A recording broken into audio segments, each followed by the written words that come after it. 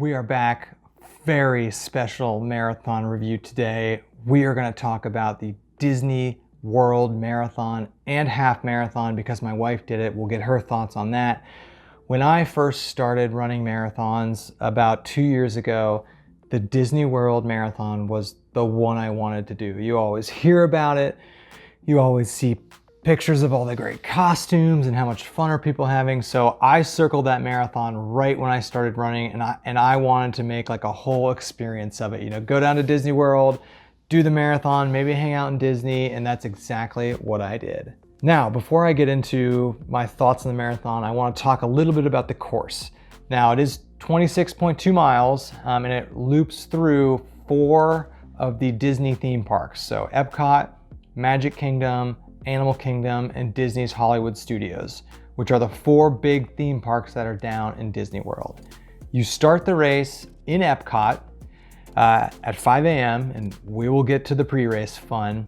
You start in Epcot, you make your way out of Epcot up to Disney's Magic Kingdom, which is where like Cinderella's tower is, where the Beauty and the Beast stuff is, where like all the cool like classic Disney stuff you think of is. Heading in to Magic Kingdom.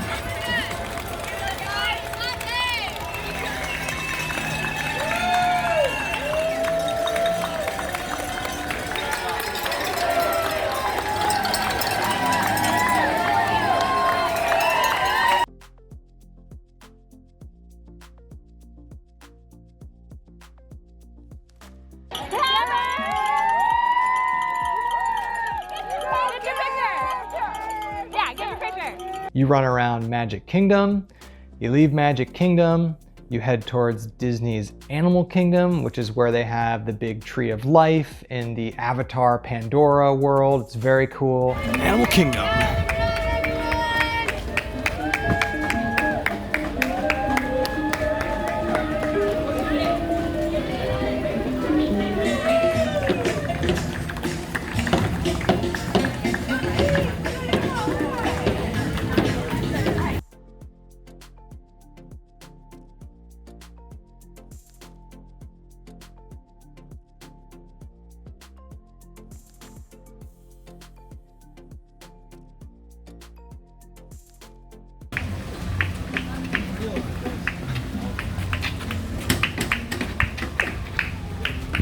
Then after you leave Disney's Animal Kingdom, you head towards Disney's water park, which they call Blizzard Beach.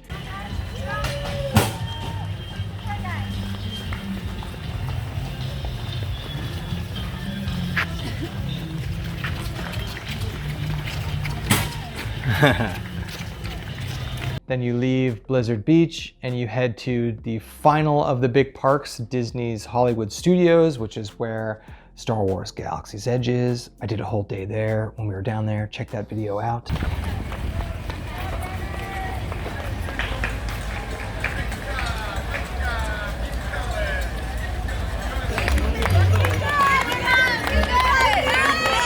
Once you leave Disney's Hollywood Studios, you hit the boardwalk area, which I didn't even know existed, and it was very cool.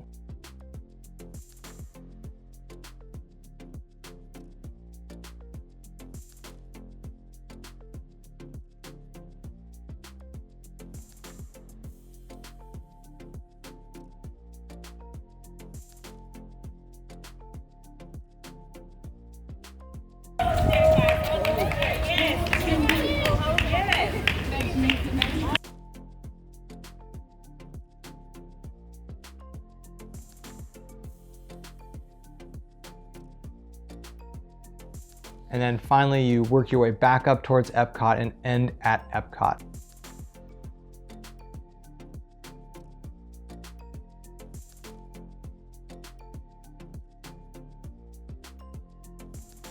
"26.2 miles. Now, only about 8 to 10 of those miles are in theme parks. The rest is on roads going in between the parks.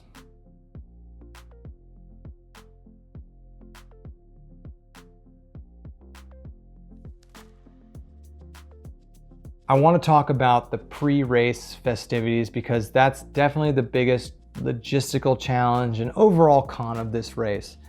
The marathon starts at 5 a.m. They want you in the starting area, not necessarily in the corrals, but in the starting area at 3:30, which is ridiculous. I understand why there's so many people and you got to move all these people around and get ready. So I get why, but it's still freaking early. Christ, it's early. Now, if you're staying at any of the Disney World resorts, they do run shuttles constantly in the morning to the starting line. So that's what I did. I got up at 2:55, literally grabbed all my pre-marathon stuff. So coffee, energy drink, food, everything I needed, nutritionally to get ready. Got dressed in the hotel quickly and just headed to the race. I got on a bus at about 3:10. Because of traffic, I arrived at the beginning area at like 3:50.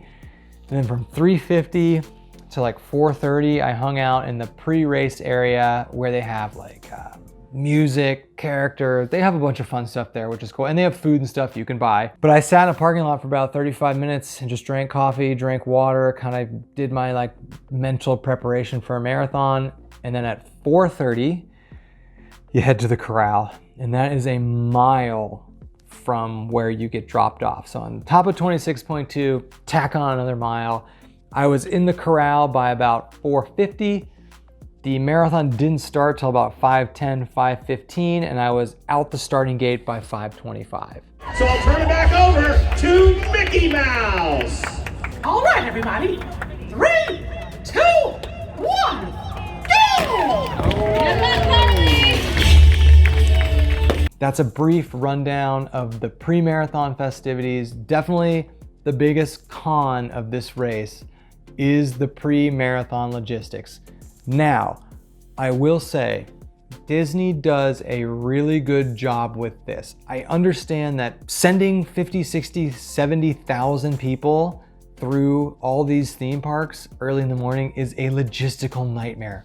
And they do a pretty good job given that. But yeah, the biggest con is the fact that you gotta get up at like 3 a.m. and get there. Another con of my race in particular was the heat. The overnight low, the night before the marathon, was 70 degrees with 100% humidity. I started the race, it was about 73. I finished the race, it was about 85, 86, 100% humidity throughout. People were dropping like flies. They ended up altering the course route, luckily after I had finished. So I started about 5:30, we'll say. It took me 5 hours, that's how hot this was. I ended at about 10:30. At 10:50, they did a full like social media email blast saying due to the extreme heat and humidity, we had to alter the course, which means shorten it. So luckily I finished before that, but because of the extreme heat, and this was like record heat for this marathon, they had to shorten it. So not Disney's fault whatsoever. There are years when it's in the 50s for this marathon. So that would be fine. But the biggest con other than the pre-race stuff is the heat, but that's not Disney's fault. And I will say, given the logistical nightmare before the race, Disney did a pretty good job dealing with it.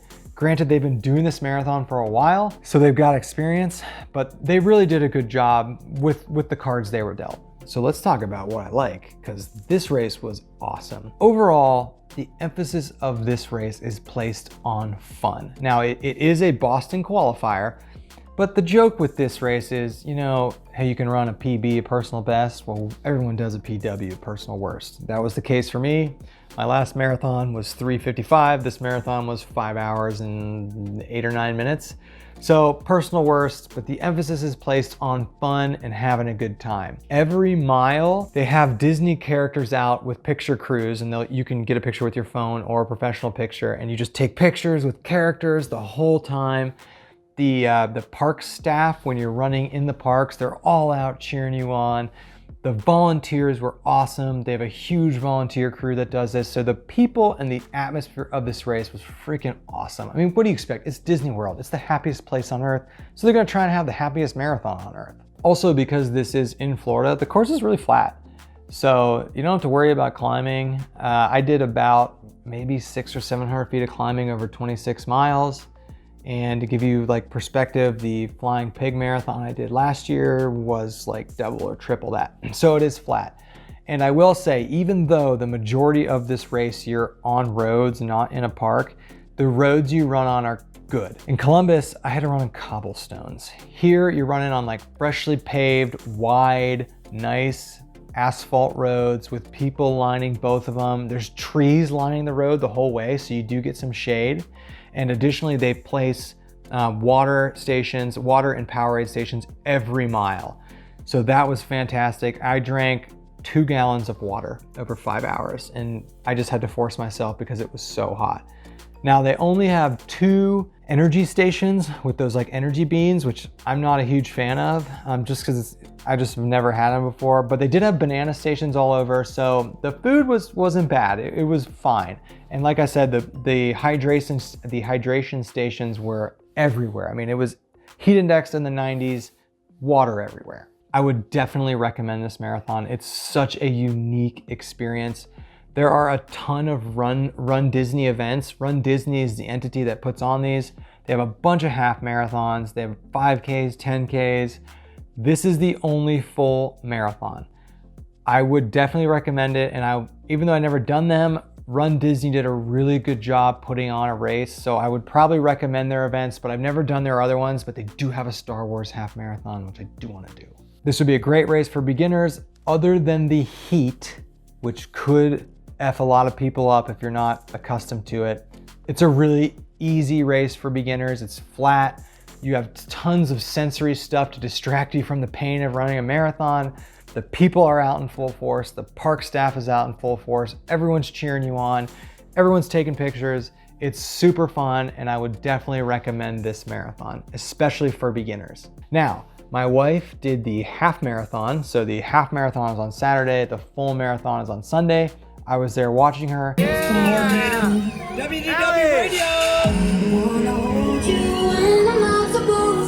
But let's bring her in and find out her thoughts. So how was it? It was awesome. Yeah? Yeah, it was really fun. It was hard. I didn't train to the full extent I should have, but I finished. Definitely the highlight was getting to run through Magic Kingdom. That was your favorite part? Yeah, I think that was the best. The crowds were big, got to go like right through the middle of the castle. What didn't you like? Having to wake up before 3 a.m. and get on a shuttle bus and then basically sit in a parking lot for 2 hours while you waited for it to start.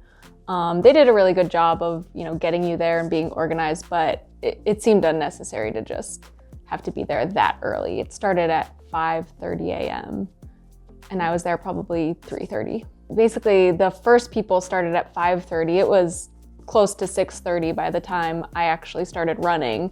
So I was corralled up already for about 45 minutes before it started. So for an hour and 45, just standing on the pavement waiting to go. So that was frustrating, but it made you really eager to start running. I really liked most people were wearing costumes. So it was entertaining the whole race to get to see different people's costumes and what they were wearing. Some people go all out, but most people have something on. I dressed like Rey from Star Wars. It was pretty successful. Got a lot of Rey comments throughout the race, which I enjoyed. It was very warm though, so it was a humid day and unseasonably warm for January in Orlando. So it got pretty warm fast, but my costume did okay.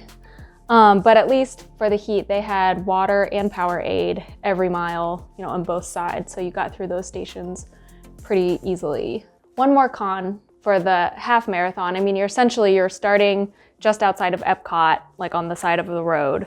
You're running up through and around Magic Kingdom and back and through Epcot. So for the vast majority of that, you are basically on like the highways in between the two parks, and it's pretty open. There's no shade. There's not a lot of spectators that can stop and watch you there. So you're just kind of on the open road for the vast majority of the race. But they have character stops every mile too. So there's lots of things to see and do. Overall, definitely recommend this race. It's an awesome half marathon to do. I guess it's only my second one I've done, but it's a really good one for all levels. It's flat, ton of entertainment to see. Just really fun experience. So yes, would recommend.